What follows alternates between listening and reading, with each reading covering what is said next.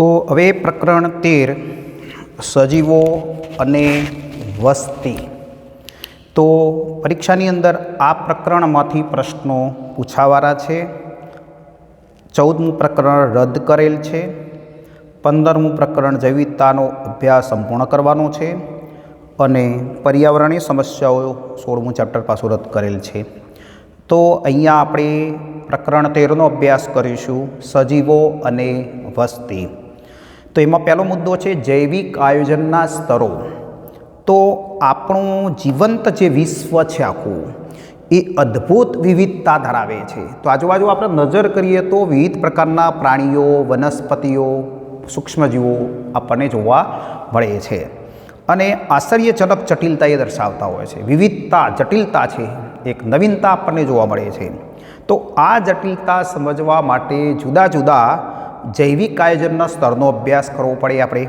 તો એ અભ્યાસ આપણે કરીને આવ્યા છીએ। અગાઉ 11માં પણ થોડીક વાત કરેલી છે કે ભાઈ અણુઓ જે રહ્યા, જે સરળ અણુઓ ભેગા મળી મોટો અણુ બને છે, મહાઅણુ કહીશું આપણે। દાખલા કે ગ્લુકોઝના અણુ ભેગા થાય એટલે કાર્બોદિત બને છે। એમિનો એસિડ એકબીજા સાથે જોડાય એટલે પ્રોટીન પોલીપેપ્ટાઇડનો અણુ બને છે। ન્યુક્લિયોટાઇડના અણુઓ જોડાય એટલે મોટો અણુ પોલીન્યુક્લિયોટાઇડ ડીએનએ આરએનએ બનતા હતા, આપણે જોયા હતા। આ બધા મેક્રોમોલેક્યુલ્સ કહીશું આપણે।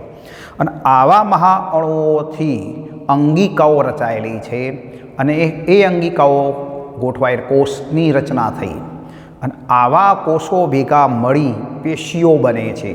તો કોષો ભેગા મળી પેશી બની છે, પેશીઓ ભેગી મળી અંગો રચાયા છે, બરાબર। અંગો ભેગા મળી અંગતંત્રો પર રચેલા છે। તો એ વ્યક્તિગત સજીવનું નિર્માણ કરશે। તો પૃથ્વી પર આપણે બધા વ્યક્તિગત સજીવો આ રીતે જોવા મળે છે। ઓબો છે, લીમડો છે, ગાય, કૂતરા, આ બધા વ્યક્તિગત સજીવ કહીશું। માનવ, આ બધા વ્યક્તિગત સજીવ કહેવાય। અને આવા વ્યક્તિગત સજીવો ભેગા મળી વસ્તી બને। દાખલા કે માનવ બધા ભેગા થાય, દરેક પાટલી પર એક એક બાળક બેઠેલ તો માનવ વસ્તી કહીશું આપણે। ગાયો, એક ગાય, બીજી ગાય, ત્રીજી ગાય, ગાયનું ટોળું ભેગું, એ ગાયોની વસ્તી કહીશું। કબૂતર એક ભેગું થયું, બીજું કબૂતર આવ્યું, ત્રીજું કબૂતર, આ બધે કબૂતરો ભેગા એક વસ્તી બની છે કબૂતરોની। તો આવી જુદી જુદી જાતિના વસ્તી જે રહી એ ભેગા મળી સમાજ બનાવે છે। તો માનવ હોય, ગરોળી હોય, કૂતરા હોય, ગાયો હોય, તો આ બધા જુદા જુદા વસ્તીના સભ્યો ભેગા મળ્યા એક સમાજ બને છે, જેને જૈવ સમાજ કહીશું આપણે। અને આવા જૈવ સમાજ ભેગા મળી પરિસ્થિતિ વિદ્યાનું નિર્માણ કરે છે, અથવા પરિસ્થિતિ તંત્ર ઇકોલોજીનું નિર્માણ કરે છે, અથવા જૈવ વિસ્તારો બને છે। તો વિજાપુર એક જૈવ વિસ્તાર તરીકે ઓળખાય। આપણી સ્કૂલ છે એક જૈવ બાયોમ્સ કહીશું આપણે।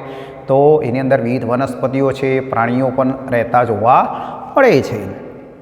તો આપણે આવું વાત કરવા માંગીએ છીએ ઇકોલોજી, પરિસ્થિતિ વિદ્યાની વાત કરીશું। તો ગ્રીક શબ્દ છે ઓઇકોસ એટલે હોમ અને લોગસ એટલે સ્ટડી, અભ્યાસ। તો ઓઇકોસનો અર્થ હોમ, હોમ મીન વસવાટ, રહેવા યોગ્ય જગ્યા છે, એને આપણે રહેઠાણ કહીએ છીએ। લોગોસ મીન સ્ટડી એટલે અભ્યાસ કહીશું। તેથી પરિસ્થિતિ વિદ્યા એ સજીવોનો તેમના રહેઠાણ સાથેનો અભ્યાસ છે કે સજીવો કયા રહેઠાણમાં રહે છે એનો અભ્યાસ કરવાનો છે, સજીવનો અને એ રહેઠાણનો અભ્યાસ કરવાનો છે। એ વ્યાખ્યા આપવામાં આવી છે, ઓડમે આપી છે, સજીવો અને પર્યાવરણ વચ્ચેના આંતર સંબંધોનો અભ્યાસ એટલે પરિસ્થિતિ વિદ્યા। તો સજીવ છે અને પર્યાવરણમાં વિવિધ દ્રવ્યો મેળવીને પોતાનું જીવન પસાર કરે છે અને સજીવ જ્યારે ઉત્સર્ગ દ્રવ્યો સ્વરૂપે કેટલાક દ્રવ્યો પૃથ્વી પર ઠાલવે છે પર્યાવરણમાં, મૃત્યુ પામે એટલે મૃતદેહ સ્વરૂપે દ્રવ્યો પાછા ઠાલવી દે છે। તો આમ સજીવ અને પર્યાવરણ વચ્ચે વિવિધ દ્રવ્યોની આપ-લે થતી હોય છે અને એ સજીવ અને આ પર્યાવરણ વચ્ચેના આંતર સંબંધને આપણે શું કહીએ છીએ? પરિસ્થિતિ વિદ્યા કહીશું આપણે। તો ઇકોલોજી શબ્દ સૌપ્રથમ અર્નેસ્ટ હિકલે આપ્યો હતો। હેતુલક્ષી પ્રશ્નો છે, ધ્યાન રાખજો યાર એ બધા। તો ઇકોલોજી શબ્દ સૌપ્રથમ કોણે આપ્યો છે? અર્નેસ્ટ હિકલે આપેલો છે। પ્રોફેસર રામદેવ મિશ્રા ભારતીય પરિસ્થિતિ વિદ્યાના પિતા તરીકે ઓળખાય છે। તો ભારતીય પરિસ્થિતિ વિદ્યાના પિતા કોણ છે? પ્રોફેસર રામદેવ મિશ્રા છે। પરિસ્થિતિ વિદ્યામાં સજીવો વચ્ચેના આંતરસંબંધ અને સજીવ અને તેના ભૌતિક પર્યાવરણ વચ્ચેની જે આંતરક્રિયાઓનો અભ્યાસ કરવામાં આવતો હોય છે કે સજીવો વચ્ચેના આંતરસંબંધો કેવા છે, બરાબર. તો દાખલા તૃણારી પ્રાણીઓનો પક્ષ માંસાહારી પ્રાણીઓ કરતા હોય, માંસાહારી પ્રાણીઓ બીજા ઉચ્ચ માંસાહારી કરતા હોય, વિવિધ દ્રવ્યોનો આપ લે કરતા હોય, બરાબર, ખોરાક તરીકે ઉપયોગ કરે, વિવિધ પેદાશો મેળવે, તો એક આંતર સંબંધો સજીવો વચ્ચેના પણ જોવા મળશે. સજીવ અને પર્યાવરણ વચ્ચેની આંતર પ્રક્રિયા પણ જોવા મળતી હોય છે. એ અભ્યાસ પરિસ્થિતિ વિદ્યામાં કરવામાં આવતો હોય છે. તો મૂળભૂત રીતે પરિસ્થિતિ વિદ્યાની અંદર જૈવ સંગઠનના 4 સ્તરો સંકળાયેલા છે. મુખ્ય આપણે પરિસ્થિતિ વિદ્યાની અંદર આવું જોઈ રહ્યા છીએ. તો 4 સંગઠન સ્તર તે સજીવ, વસ્તી, જૈવ સમાજ અને જૈવ વિસ્તાર. તો આપણે અહીંયા મૂળભૂત રીતે પરિસ્થિતિના 4 સંગઠન સ્તરનો અભ્યાસ કરવાના છીએ. સજીવો, સજીવના લક્ષણો શું છે એ બધો અભ્યાસ આપણે કરીને આવેલા છીએ. વસ્તી કોને કહેવાય, જૈવ સમાજ કોને કહેવાય, સમુદાય કહીશું આપણે, અને એક બાયોમ્સ મીન જૈવ વિસ્તારો. તો સજીવો અને તેનું પર્યાવરણની વાત કરીએ તો દેહ ધાર્મિક પરિસ્થિતિ વિદ્યામાં શાનો અભ્યાસ કરવામાં આવે છે? તો સજીવના સ્તરે પરિસ્થિતિ વિદ્યાએ મૂળભૂત રીતે દેહધાર્મિક પરિસ્થિતિ વિદ્યા છે. સજીવના સ્તરે આપણે જોઈએ તો પરિસ્થિતિ વિદ્યાએ મૂળભૂત રીતે શું છે? ફિઝિયોલોજિકલ ઇકોલોજી કહીશું આપણે, જે વિવિધ સજીવો જીવિત રહેવા માટે, પ્રજનન કરવા માટે, પર્યાવરણ પ્રત્યેના અનુકૂલન સાધવા માટે સમજૂતી આપે છે. તો જીવંત સજીવોને જીવંત રહેવા માટે, એને વિવિધ જૈવિક ક્રિયાઓ કરવા માટે, પ્રજનન કરવા માટે, પર્યાવરણ પ્રત્યે અનુકૂલન સાધવા માટે એની સમજૂતી આપે છે. તો દરેક સજીવો પોતાની આસપાસના જે પર્યાવરણ સાથે અનુકૂલન સાધી જીવન ગુજારે છે અને પ્રજનન કરે છે. તો આપણે જોઈએ છીએ કે જુદા જુદા પ્રાણીઓ પર્યાવરણમાંથી પોતાનો ખોરાક મેળવે છે, દેહ ધાર્મિક ક્રિયાઓ કરે છે, હરે છે, ફરે છે અને પ્રજનન પણ કરતા હોય છે. કારણ કે પોતાને જેવો નવો સજીવ ઉત્પન્ન કરવાનો હોય એટલે પ્રજનન કરશે, બરાબર. તો આ રીતે જીવન પસાર કરી રહ્યા છીએ. માનવ ઉચ્ચ કક્ષાનું જીવન પસાર કરી રહ્યું કરતું પ્રાણી છે, બરાબર. તો અહીંયા પૃથ્વી સૂર્યની આસપાસ પોતાની ધરી પર ત્રોસી ગોઠવાઈને ફરે છે, જેથી તાપમાનની તીવ્રતાને સમયગાળામાં વિવિધતા જોવા આપણને મળે છે. જેથી તાપમાનની તીવ્રતા અહીંયા પરિણામે ચોક્કસ પ્રકારની ઋતુઓ જોવા મળતી હોય છે. શિયાળો, ઉનાળો, ચોમાસું. પણ તારે પર્યાવરણની અંદર ફેરફાર થવાને કારણે અહીંયા ઋતુચક્ર પણ બદલાતું જતું હોય છે. જુદા જુદા પરિબળોની વિવિધતાને કારણે વાર્ષિક વરસાદ, પાણી અને હિમપ્રપાત એટલે કે બરફ વર્ષા થવીમાં ફેરફારો ઉદ્ભવે છે. પરિણામે જુદા જુદા જૈવ વિસ્તારો જેવા કે રણ, વરસાદી જંગલો, ટુંડ્ર પ્રદેશો, ધ્રુવ પરનો વૃક્ષીન બરફ આચ્છાદિત વિશાળ સપાટી ધરાવતો વિસ્તાર એટલે ટુંડ્ર પ્રદેશ વગેરેનું નિર્માણ થાય છે. તો દરેક જૈવ પ્રદેશમાં દરેક જૈવ પ્રદેશમાં વિજાપુર એક જૈવ પ્રદેશ હતો, સ્થાનિક હોય અને પ્રાદેશિક વિવિધતાને કારણે વિવિધ પ્રકારના નિવાસ સ્થાનોનું નિર્માણ થાય છે. તો પ્રાદેશિક અને સ્થાનિક વિવિધતાઓ છે આપણે અહીંયા, એના કારણે વિવિધ વસવાટો રચાયેલા છે. કોઈ તળાવવાળો વિસ્તાર હોય, પાણીવાળો વિસ્તાર હોય, બરાબર. કોઈ જગ્યાએ પાણી ન હોય તો સ્થળીય વિસ્તાર હશે, બરાબર. પર્વતીય વિસ્તાર હશે. તો આવા જુદા જુદા વસવાટોનું નિર્માણ થાય છે. હવે અહીંયા આપણે ભારતના મુખ્ય જે વિસ્તારોની અંદર વાત કરીએ તો ઉષ્ણકટિબંધનો વરસાદી જંગલવાળો વિસ્તાર, પાનખર જંગલો, રણ, સમુદ્ર તટ એટલે દરિયાકાંઠાના વિસ્તાર, આવા બધા આપણા ભારતની અંદર મુખ્ય જે વિસ્તારો જોવા મળે છે. તો ઉષ્ણકટિબંધનો વરસાદી જંગલોવાળો વિસ્તાર, પાનખર જંગલો, બરાબર, રણ અને સમુદ્ર તટ. પૃથ્વી પર જીવન ફક્ત અનુકૂળ વસવાટોમાં અસ્તિત્વ ધરાવતું નથી. પૃથ્વી પર જીવન ફક્ત અનુકૂળ વસવાટોમાં જ અસ્તિત્વ ધરાવતું નથી, પરંતુ ચરમ અને વિપરીત નિવાસ સ્થાનોમાં પણ સજીવો વસવાટ કરતા હોય છે. તો વિપરીત પરિસ્થિતિમાં પણ સજીવો વસવાટ કરતા હોય છે. કે કોઈ સજીવ ન રહેતો હોય એવા વિસ્તારમાં પણ કેટલાક સજીવો તેઓ વસવાટ કરીને રહેતા હોય છે. બાકી બધા બીજી જગ્યાઓ પર જો અનુકૂળ હોય તેઓ સજીવો વસવાટ તો કરતા જ હોય, પણ જો અનુકૂળ નથી એવા વિસ્તારમાં પણ સજીવો વસવાટ કરતા હોય છે. દાખલા તરીકે ગરમ રાજસ્થાનનું રણ છે, બરાબર. અતિ ભારે વરસાદના મેઘાલયના જંગલો છે, ઊંડા દરિયાની ખાડી છે, ગરમ પાણીના ઝરા છે, પછી હિમ આચ્છાદિત ધ્રુવીય વિસ્તારો કે જે બરફ જ છવાયેલો છે એ વિસ્તારમાં પણ નીચું તાપમાન છતાં પણ સજીવો વસવાટ કરે છે. પછી ઊંચા પર્વતીય શિખરો છે, ખૂબ ઊંચાઈવાળા વિસ્તાર ઉપર હવા પાતળે તેઓ પણ સજીવો વસવાટ કરતા હોય છે. તો આ બધા વિપરીત નિવાસસ્થાનોમાં પણ સજીવ વસવાટ કરે છે. તો હેતુલક્ષીની અંદર પૂછાય કે ભાઈ વિપરીત નિવાસ સ્થાનો કયા છે? તો ગરમ રાજસ્થાન રણ, અતિ ભારે વરસાદના મેઘાલયના જંગલો છે, ઊંડા દરિયાઈ ખાડી છે, ગરમ પાણીના ઝરા છે, હિમ આચ્છાદિત ધ્રુવીય વિસ્તારો છે, ઉચ્ચ પર્વતીય વિસ્તારો છે. સડતા દ્રવ્યો ધરાવતા ખાડા ખાબોચિયા, તો ખાડા ખાબોચિયાની અંદર જો સડો થઈ રહ્યો છે, જો કોવાટ થતો હોય એ વિસ્તારની અંદર પણ સજીવો વસવાટ કરે છે. બરાબર. આપણા આંતરડામાં પણ સૂક્ષ્મજીવો વસવાટ એક અદ્ભુત નિવાસ સ્થાન છે. આપણા મોટા આંતરડાની અંદર ઇકોલાઈ બેક્ટેરિયા વસવાટ કરે છે. બરાબર. આ બધા વિપરીત નિવાસ સ્થાનો છે. આ બધી વિવિધતા માટે જુદા જુદા નિવાસ સ્થાનોની ભૌતિક અને રાસાયણિક પરિસ્થિતિ જવાબદાર છે. તો આ બધી વિવિધતા માટે જુદા જુદા નિવાસ સ્થાનોની અંદર ભૌતિક અને રાસાયણિક પરિસ્થિતિ જવાબદાર હોય છે. જેમાં સૌથી અગત્યના પરિબળોની અંદર આપણે જોઈએ તો તાપમાન છે, પાણી છે, સૂર્યપ્રકાશ છે અને ભૂમિ છે. તો આ બધા પરિસ્થિતિ કેટલાક ભૌતિક પરિબળો જવાબદાર બનતા હોય છે. રાસાયણિક ઘટકો પણ કેટલાક જવાબદાર હોય છે. તો આ અજૈવિક ઘટકો ઉપરાંત જૈવિક ઘટકો જેવા કે રોગકારકો, પરોપજીવીઓ, ભક્ષકો, સ્પર્ધકો વગેરે નિવાસ સ્થાનોમાં સજીવો પર સતત અસર કરતા હોય છે. તો આપણે સજીવ જો વસવાટ કરીએ છીએ તો આપણા ઉપર પ્રકાશની અસર હોય, સૂર્યપ્રકાશ છે, તાપમાન છે, પાણી છે, બરાબર, જમીન, આ બધા અજૈવિક પરિબળો અસર કરી રહ્યા છે. આ ઉપરાંત જૈવિક પરિબળો જેવા કે રોગકારકો, તો અત્યારે જે કોરોના વાયરસ એક રોગકારક છે તો માનવ ઉપર અસર કરી રહ્યો છે. બરાબર. પરોપજીવીઓ છે, કેટલાક કૃમિઓ છે, એ બધા પરોપજીવી તરીકે આપણા ઉપર અસર કરે છે. કેટલાક ભક્ષકો હોય, ભક્ષ કરવાવાળા સજીવો પણ અસર કરતા હોય છે સજીવ ઉપર. કારણ કે ભક્ષ કરી દે, પતંગિયું બેસે તો ગરોળીનો ભક્ષ કરવાનું જ છે. બરાબર. તો સ્પર્ધકો પણ છે કેટલાક નિવાસસ્થાનમાં, જે બળવાન હોય એ સફળ થઈ જાય છે, નબળા હોય એ નાશ પામતા હોય છે. તો સમયની સાથે સાથે સજીવો પ્રાકૃતિક પસંદગી દ્વારા નૈસર્ગિક નિવાસ સ્થાનોમાં જીવન જીવવા માટેના અનુકૂલનો સાધે છે અને પ્રજનન કરે છે. તો જેમ જેમ સમય પસાર થતો જાય છે એમ આ પ્રાકૃતિક જે પસંદગી છે એના દ્વારા કુદરત એને પસંદ કરે કે કયા સજીવો પર્યાવરણને વધુ અનુકૂળ થાય છે.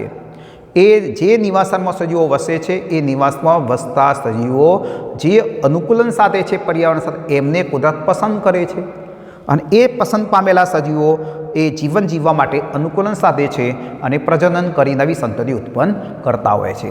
અને જે અનુકૂલન સાધતા નથી એ સજીવો નાશ પામતા હોય છે. બરાબર. તો પ્રત્યેક સજીવ ચોક્કસ મર્યાદિત પરિસ્થિતિને સહન ક્ષમતા ધરાવતા હોય છે. તો પર્યાવરણના પરિબળોને સહન કરવા માટે એક મર્યાદા ધરાવતા હોય છે અને જેના દ્વારા તે જે સ્ત્રોતોનો ઉપયોગ કરતા હોય તેની વિવિધતા અને સ્પષ્ટ કાર્યનો ફાળો નિવસન તંત્રમાં આપતા હોય છે. તો અહીંયા જે પ્રત્યેક સજીવ પર્યાવરણના દરેક પરિબળને, તાપમાન હોય, પ્રકાશ હોય, એ બધા પરિબળોને સહન કરવાની ક્ષમતા ધરાવતા હોય છે અને એ પર્યાવરણના સ્ત્રોતોનો ઉપયોગ કરી અને એ વિવિધતા અને સ્પષ્ટ કાર્યનો ફાળો નિવસન તંત્રમાં આપતા હોય છે. દાખલા તરીકે વૃક્ષો છે તો પ્રકાશનો ઉપયોગ કરી, પ્રકાશ સંશ્લેષણ કરી ખોરાક બનાવે છે પૃથ્વી પરના સજીવોનો અને એ રીતે પોતાનું જીવન પસાર કરી રહ્યા છે. બરાબર. અને નિવસન તંત્રને એક ઉત્પાદક તરીકેનું કાર્ય કરી રહ્યા છે. તો આ બધું એક સાથે મળી એક જીવન પદ્ધતિ રચાયતી હોય છે. આ બધું ભેગું મળે પર્યાવરણને અનુકૂળ થવું, બરાબર, પર્યાવરણના જે પરિબળોને સહન કરવાની ક્ષમતા ધરાવવી, સ્ત્રોતોનો ઉપયોગ કરી જીવન પસાર કરવું, પ્રજનન કરવું, નવા સજીવો ઉત્પન્ન કરવા, એક આ જીવન પદ્ધતિ દરેક સજીવમાં જોવા મળતી હોય છે. હવે આપણે મુખ્ય અજૈવિક પરિબળોની વાત કરીએ કે સજીવો પર કયા અસર કરી રહ્યા છે. તો એમાં છે અજૈવિક પરિબળોની અંદર તાપમાન છે એની વાત કરીશું. તો મુખ્ય પરિસ્થિતિય અજૈવિક પર્યાવરણીય પરિબળ હોય તો તાપમાન છે. હવે પૃથ્વી પર સરેરાશ તાપમાન ઋતુઓ પ્રમાણે બદલાતું રહેતું હોય છે. તો શિયાળામાં તાપમાન નીચું જાય છે, ઉનાળામાં તાપમાન ઊંચું જાય છે અને ચોમાસાની અંદર તાપમાન મધ્યમ રહેતું હોય છે, વધઘટ થતી જોવા મળશે. અત્યારે ગ્લોબલ વોર્મિંગના કારણે દરેક ઋતુની અંદર તાપમાનની વધઘટ થતી જોવા મળતી હોય છે. તો વિષુવવૃત્તથી ધ્રુવ પ્રદેશ, વિષુવવૃત્તથી આપણે વિષુવવૃત્તવાનો ભાગ મધ્યમાં છે અને એ ધ્રુવ તરફ જઈએ એમ એમ અને સપાટ મેદાનના વિસ્તારોમાં પર્વતીય શિખરો તરફ ક્રમશઃ ઘટતું જાય છે. તો આપણે વિષુવવૃત્તથી ધ્રુવ પ્રદેશ તરફ જો તમે વિષુવવૃત્ત મધ્યમો ભાગ છે બરાબર. તો હવે એ વિષુવવૃત્તવાળો ભાગ જે છે એના આપણે એક ભાગ જોઈ લઈએ. આપણે ગોળ પૃથ્વીના ગોળા ઉપરની એક વાત કરી લઈએ બરાબર. તો અહીંયા આપણને એક પૃથ્વીના ગોળાની આપણે વાત કરી લઈએ. આ પૃથ્વીનો ગોળો છે બરાબર. હવે આ વિષુવવૃત્તવાળો ભાગ છે, આ વિષુવવૃત્તવાળો ભાગ છે અને આ ધ્રુવ પ્રદેશ છે, ઉત્તર ધ્રુવ દક્ષિણ ધ્રુવ બરાબર. તો વિષુવવૃત્તની જેમ જેમ તમે ઉપર તરફ જો તાપમાન ઘટતું જશે, અહીંયા સૂર્યના કિરણો સીધા પડે એટલે તાપમાન ઊંચું હોય. હવે વિષુવવૃત્તિ તમે ધ્રુવ તરફ જો એટલે તાપમાન ઘટતું જશે. પછી સપાટ મેદાનના વિસ્તારો છે નીચે, એથી ઊંચા શિખર તરફ તમે જુઓ એટલે કે પર્વતવાળા વિસ્તારો તરફ જઈએ તેમ પણ તાપમાન ઘટતું જાય છે. હવે ધ્રુવીય પ્રદેશ અને ઊંચાઈવાળા પ્રદેશોમાં શૂન્યથી નીચે માઇનસમાં પણ જતું હોય છે. અને ઉનાળામાં ઉષ્ણકટિબંધીય રણ વિસ્તારમાં 50 સેન્ટીગ્રેડથી પણ વધુ તાપમાન જોવા મળે છે. તો રણ પ્રદેશનો વિસ્તાર હશે એવા ત્યાં ઉનાળાની અંદર એ વિષુવવૃત્ત પ્રદેશ ઉપર 50થી પણ ઊંચું તાપમાન જતું હોય છે. તો આપણે જોઈએ છીએ કે ઉનાળાની અંદર તાપમાન ઊંચું થયેલું જોવા મળતું હોય છે. તો પર્વતીય વિસ્તાર તરફ આપણે જઈએ તો એ નીચું તાપમાન જોવા મળશે. તો ધ્રુવ પ્રદેશ અને ઊંચાઈવાળા પ્રદેશમાં શૂન્યથી પણ નીચે જાય. અને ઉનાળામાં રણ જેવો વિસ્તાર હોય તો ઉનાળાની અંદર રણમાં તાપમાન 50થી પણ વધુ થયેલું જોવા મળે છે. તો કેટલાક વિશિષ્ટ નિવાસસ્થાનો જેવા કે ગરમ પાણીના ઝરા અને ઊંડા સમુદ્રના જલ ઉષ્ણ પોલાણો છે, જેમાં સામાન્ય તાપમાન 100 સેન્ટીગ્રેડથી વધી જાય છે. તો ગરમ પાણીના જરામાં તો 100 ડિગ્રી તાપમાન હોય છે. આવા ઊંચા તાપમાનમાં પણ તેઓ બેક્ટેરિયા જેવા સજીવો વસવાટ કરે છે, હિમોફિલસ આપણે ભણીને આવ્યા છીએ બરાબર. તો આ બધા 100 ડિગ્રી તાપમાન વધી જતું હોય છે. તેથી ઓબાના વૃક્ષો કેનેડા અને કે જર્મની જેવા સમશીતોષ્ણ પ્રદેશમાં ઉછેરી શકાતા નથી બરાબર. તો ઓબાના વૃક્ષો જે કેનેડા કે જર્મની જેવા સમશીતોષ્ણ પ્રદેશ દેશોમાં ઉછેરી શકાતા નથી, કારણ કે તાપમાન નીચું હોય છે. બર્ફીલો દીપડો કેરાલાના જંગલોમાં જોવા મળતો નથી. પછી ટૂના માછલી મહાસાગરોના ઉષ્ણકટિબંધ અક્ષાંશથી આગળ ભાગ્યે જ જોવા મળે છે. ઉષ્ણકટિબંધના અક્ષાંશથી આગળ ભાગ્યે જોવા મળે છે. આ ઊંચા તાપમાનમાં રહેવા ટેવાયેલી છે બરાબર. આ બધા હેતુલક્ષી પ્રશ્નો પરીક્ષામાં પૂછાતા હોય છે. બર્ફીલો દીપડો કેરાલાના જંગલમાં જોવા મળતો નથી. તો કેરાલાના જંગલમાં કયું પ્રાણી જોવા મળતું નથી? તો બર્ફીલો દીપડો છે. પછી કઈ માછલી મહાસાગરોના ઉષ્ણકટિબંધના અક્ષાંશથી આગળ પણ ભાગ્યે જોવા મળે છે? તો ટૂના માછલી છે. તો તાપમાન સજીવોની ઉત્સેચકીય ક્રિયાવિધિ પર પણ અસર કરે છે. તો આપણે ભણીને આવ્યા છીએ કે સજીવની અંદર ઉત્સેચકો ચોક્કસ તાપમાનના ગાળામાં સક્રિય હોય છે અને જૈવિક ક્રિયાઓ દર્શાવતા હોય છે, જેના દ્વારા તે સજીવોમાં ચયાપચય છે, ક્રિયાશીલતા છે અને દેહધાર્મિક કાર્યો પર અસર કરે છે. એટલે ચોક્કસ તાપમાનના ગાળામાં ઉત્સેચકો જો સક્રિય થાય તો જ ચયાપચયની ક્રિયાઓ, જૈવ રાસાયણિક ક્રિયાઓ કે પછી દેહધાર્મિક ક્રિયાઓ થતી હોય છે. એટલે એના ઉપર તાપમાનની અસર થઈ કહેવાય. તો કેટલાક પ્રાણીઓ તાપમાનનો મોટો ફેરફાર સહન કરી શકે છે. તેમાંના પર્યાવરણનું તાપમાન બદલાય તો પણ શરીરનું તાપમાન સ્થાયી રહે છે બરાબર.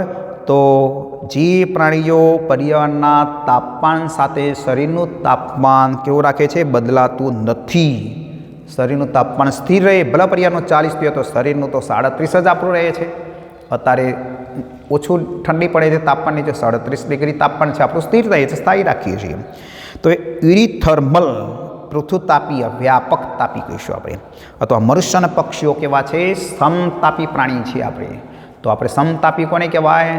જે પ્રાણીઓના શરીરનું તાપમાન પર્યાવરણ સાથે બદલાતું નથી, સ્થાયી રહે છે, એને આપણે સમતાપી પ્રાણીઓ કહીશું કે એ યુરિથર્મલ બરાબર પૃથુતાપી વ્યાપક તાપી છે. તો આપણા શરીરની અંદર 37 ડિગ્રી ± તાપમાન છે. પક્ષીઓનું 110 ફેરનહીટ જેટલું તાપમાન હોય છે ઊંચું બરાબર. તો એ સ્થિર તાપમાન ધરાવતા પ્રાણીઓ છે એટલે સમતાપી કહીશું આપણે. કેટલાક પ્રાણીઓ અનુકૂળ તાપમાનથી બહુ ઓછા વધઘટમાં રહેતા હોય છે, કારણ કે વર્ષ દરમિયાન સ્થિર તાપમાનની જરૂર પડે છે. તેઓને આપણે સ્ટેનોથર્મલ કહીશું. કારણ કે કેટલાક પ્રાણીઓના શરીરનું તાપમાન પર્યાવરણના તાપમાન સાથે શું થતું હોય? બદલાતું રહેતું હોય છે. બરાબર. પર્યાવરણનું તાપમાન 25 થાય તો શરીરનું એ 25 થાય, 28 થાય તો શરીરનું એ 28 થાય, 40 થાય તો શરીરનું એ 40 થાય. આ બદલાતું વધઘટતી રહે છે. બરાબર. તો આવા પ્રાણીઓને તનુતાપી અથવા અલ્પતાપી કહીશું. બરાબર. સરીસૃપ, ઉભયજીવી અને માછલીઓ, મત્સ્ય, ઉભયજીવી અને સરીસૃપ જેવા પ્રાણીઓ અસમતાપી છે આપણે કહેતા હતા. એ અસમતાપી માટે સ્ટેનોથર્મલ શબ્દ અહીંયા વાપરેલો છે. બરાબર. તો આ બહુ ઓછું વધઘટમાં રહેતા હોય છે. તો અહીંયા આ પ્રાણીઓ અસમતાપી છે. અસમતાપી એટલે જે પ્રાણીઓના શરીરનું તાપમાન પર્યાવરણના તાપમાન સાથે બદલાતું રહેતું હોય, સ્થિર રહેતું નથી. એટલે આવા પ્રાણીઓને અસમતાપી કહીશું. તો મત્સ્ય, ઉભયજીવી અને સરીસૃપ બધા પ્રાણીઓ કેવા છે? અસમતાપી છે. તો જુદી જુદી જાતિઓના તાપમાનની સહનશીલતા સ્તરના આધારે મોટાભાગે તેમનું ભૌગોલિક વિસ્તરણ થતું જોવા મળે છે. જુદી જુદી જાતિઓના તાપમાનની સહનશીલતાને આધારે એમના મોટાભાગે તેમનું ભૌગોલિક વિતરણ થતું જોવા મળે છે. તો યુરીથર્મલ, સ્ટેનોથર્મલ પ્રાણીઓનું ઉદાહરણ જોઈએ આપણે. તો યુરીથર્મલમાં પ્રાણી છે મનુષ્ય, સસ્તન વર્ગ અને પક્ષીઓ છે. વનસ્પતિમાં ગુલાબ, ડેઇઝી, ઓકનું વૃક્ષ, કેટલાક ફળો અને શાકભાજી છે. સ્ટેનોથર્મલમાં પ્રાણીઓ કયા છે? તો મત્સ્ય, ઉભયજીવી અને સરીસૃપ કીધા આપણે. તો વનસ્પતિ કઈ છે? તો બોગનવેલ છે, ઓર્કિડ છે, ચંપો, ક્રોટોન, વડ, પીપળાનું ઝાડ, મરચાં, દ્રાક્ષ, યામ વગેરે છે. તો આ બધા તાપમાનના પરિબળની અસર થતી જોવા મળે છે. હવે બીજું પરિબળ છે પાણી, વોટર. તો આપણે પાણી વગર જીવન શક્ય નથી એવો અભ્યાસ કરતા આવ્યા છીએ. તો પાણી એ સજીવના જીવનને અસર કરતું એક મહત્ત્વનું બીજું પરિબળ છે. પૃથ્વી પર જીવની ઉત્પત્તિ પાણીમાં જ થઈ હતી. વિકાસની અંદર અભ્યાસ કર્યો છે આપણે કે ભાઈ જીવની ઉત્પત્તિ ક્યાં થઈ? પાણીમાં થઈ, સમુદ્રની અંદર થઈ હતી. પાણી વિના જીવન શક્ય નથી. તો રણ વિસ્તારમાં પાણીનું પ્રમાણ સીમિત હોય છે. થોડીએ પાણી રણ વિસ્તારમાં પ્રાણીઓને મળવું જોઈએ તો જીવી શકે. તેથી વિશિષ્ટ અનુકૂલનો ધરાવતા સજીવો જ ત્યાં રહી શકે છે, જે પાણીને સંગ્રહ કરી શકતા હોય ચોમાસાની અંદર, અને એ જાળવી શકવાવાળા હોય એ પ્રાણીઓ રણ પ્રદેશમાં રહેતા જોવા મળે છે. કારણ કે પાણી ખૂબ ઓછું મળે છે ત્યાં. વનસ્પતિઓની ઉત્પાદકતા અને એનું જે વિતરણ છે એ પાણી પર આધારિત છે. કારણ કે પ્રકાશ સંશ્લેષણ કરવા માટે પાણી અને CO2નું સંયોજન કરી ગ્લુકોઝ બનાવે છે વનસ્પતિ. પ્રકાશ સંશ્લેષણની ક્રિયા દ્વારા એ ઉત્પાદકતા છે એ પાણી પર આધારિત છે. જો પાણી ન ભરે તો ખેતીવાડીમાં આપણે પણ ઉત્પાદન કરી શકતા નથી. બરાબર. પછી પાણી જે વિસ્તારમાં ઉપલબ્ધ એ વિસ્તારની અંદર વનસ્પતિ વિસ્તરેલી આપણને જોવા મળતી હોય છે. મહાસાગરો, સરોવરો અને નદીઓમાં રહેતા સજીવોને જળ સંબંધિત સમસ્યાઓનો સામનો કરવો પડે છે.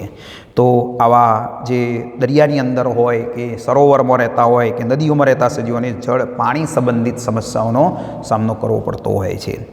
જલીય સજીવો માટે પાણીની ગુણવત્તા મહત્ત્વની છે.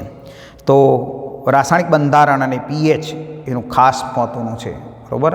તો અહીંયા ભૂમિ પર જોવા મળતા પાણી, અંતઃસ્થલીય જળ, ભૂમિજળ કહીશું, ક્ષારની સાંદ્રતા 5% કરતો ઓછી હોય છે. તો આપણું જે જમીનની અંદર જે પાણી છે એની અંદર 5% કરતો ઓછો ક્ષાર હોય છે. જ્યારે સમુદ્રની અંદર જોઈએ તો ક્ષારવાળું પાણી છે એટલે 30 થી 35% છે. અને અતિ ક્ષારયુક્ત ખારા પાણીના સરોવરો છે એની અંદર 100%થી વધુ પણ હોય છે. તો આપણે ખાડી વિસ્તારમાં પાણી ભરાઈ રહ્યું હોય તો એની અંદર ક્ષાર વધારો હોય છે ખૂબ. બરાબર. તો જમીન ઉપર જોવા મળતું જે પાણી છે જમીનને એટલે ભૂમિજળ કહીશું આપણે, પાણી નદીઓ બોરિંગ કરીને લઈએ છીએ તો એમાં 5% ક્ષારનું પ્રમાણ છે. પણ કેટલાક વિસ્તારમાં આપણે જોઈએ તો ક્ષારવાળું પણ પાણી મળતું હોય છે. તો સમુદ્રની અંદર 30 થી 35% છે. પછી અતિ ક્ષારયુક્ત ખારા પાણીના સરોવરો છે એમાં 100%થી પણ વધુ હોય છે ક્ષાર. બરાબર. તો કેટલાક સજીવો ક્ષારતાની વિશાળ વિસ્તાર સહન ક્ષમતા ધરાવતા હોય છે. તો ક્ષારને સહન કરવાની ક્ષમતાનો ગાળો ખૂબ મોટો હોય તો એને યુરીહેલાઇન કહીશું આપણે. યુરીહેલાઇન પ્રાણીઓ કહીશું આપણે. અને મોટાભાગના સજીવો ક્ષારતાની ઓછી ક્ષાર ક્ષેત્ર મર્યાદા સહન કરી શકે છે. મોટાભાગના સજીવો ક્ષારની ઓછી જે ક્ષેત્ર મર્યાદા સહન કરી શકે એને સ્ટર્નોહેલાઇન કહીશું આપણે. એને શું કરીશું આપણે? સ્ટર્નોહેલાઇન સજીવ કહીશું. તો આવી ક્ષારતાનો જે વિસ્તાર મોટો સહનકરણ ક્ષમતા ધરાવતા હોય એને સ્ટર્નો હેલાઇન કહેવાય, અને ઓછો વિસ્તાર સહન કરી શકતા હોય એને આપણે સ્ટર્નો હેલાઇન કહીશું. તો ઘણા મીઠા પાણીના પ્રાણીઓ સમુદ્રના પાણીમાં લાંબા સમય સુધી જીવંત રહી શકતા નથી. કારણ કે મીઠા પાણીની અંદર ક્ષારનું પ્રમાણ ઓછું હોય, દરિયામાં ક્ષાર વધારો હોય. બોલો, હવે એ દરિયા મીઠા પાણીમાંથી પાણી દરિયામાં જાય તો ક્ષારતાને કારણે શરીરમાંથી પાણી બધું આશ્રિત ક્રિયા દ્વારા બહાર નીકળી જાય તો મૃત્યુ પામી જાય. તે જ રીતે સમુદ્રના પાણીમાં લાંબા સમય માટે રહેતા જે સજીવો છે એ મીઠા પાણીમાં પણ રહી શકતા નથી, કારણ કે તેઓને આશ્રિત સમસ્યાઓનો સામનો કરવો પડે છે.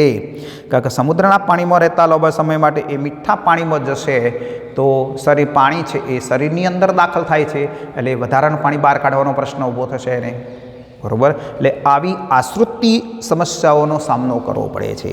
તો મીઠા પાણીનું પ્રાણીઓ જો દરિયાના પાણીમાં જાય તો બહિરાશ્રુતિની ક્રિયા થઈ જતી હોય છે, નામાં પાણી બધા નીકળી જાય છે તો મૃત્યુ પામી જાય છે. અને જો દરિયાનું પ્રાણી છે એ મીઠા પાણીમાં જાય છે તો શરીરમાં પાણી વધુ પડતું દાખલ થશે, જેના કારણે પાણી વધારાનો નિકાલ કરવાનો પ્રશ્ન એને સમસ્યા ઊભી થાય છે. એટલે અંત આશ્રુતિ બહિરાશ્રુતિની સમસ્યા ઊભી થતી હોય છે. તો આ રીતે પાણી એ આપણા સજીવો ઉપર એક અસર કરતું પરિબળ છે. પ્રકાશ પરિબળની વાત કરીએ આપણે તો વનસ્પતિઓ પ્રકાશ સંશ્લેષણ દ્વારા ખોરાક ઉત્પન્ન કરે છે. તો આપણે પ્રકાશ વગર, પ્રકાશ શક્તિના શોષણ વગર, ક્લોરોફિલ પ્રકાશ શક્તિનું શોષણ કર્યા પછી જ બધી પ્રકાશની ક્રિયાઓ થતી હોય છે. તો આ પ્રક્રિયા ફક્ત સૂર્યપ્રકાશની હાજરીથી શક્ય બને છે.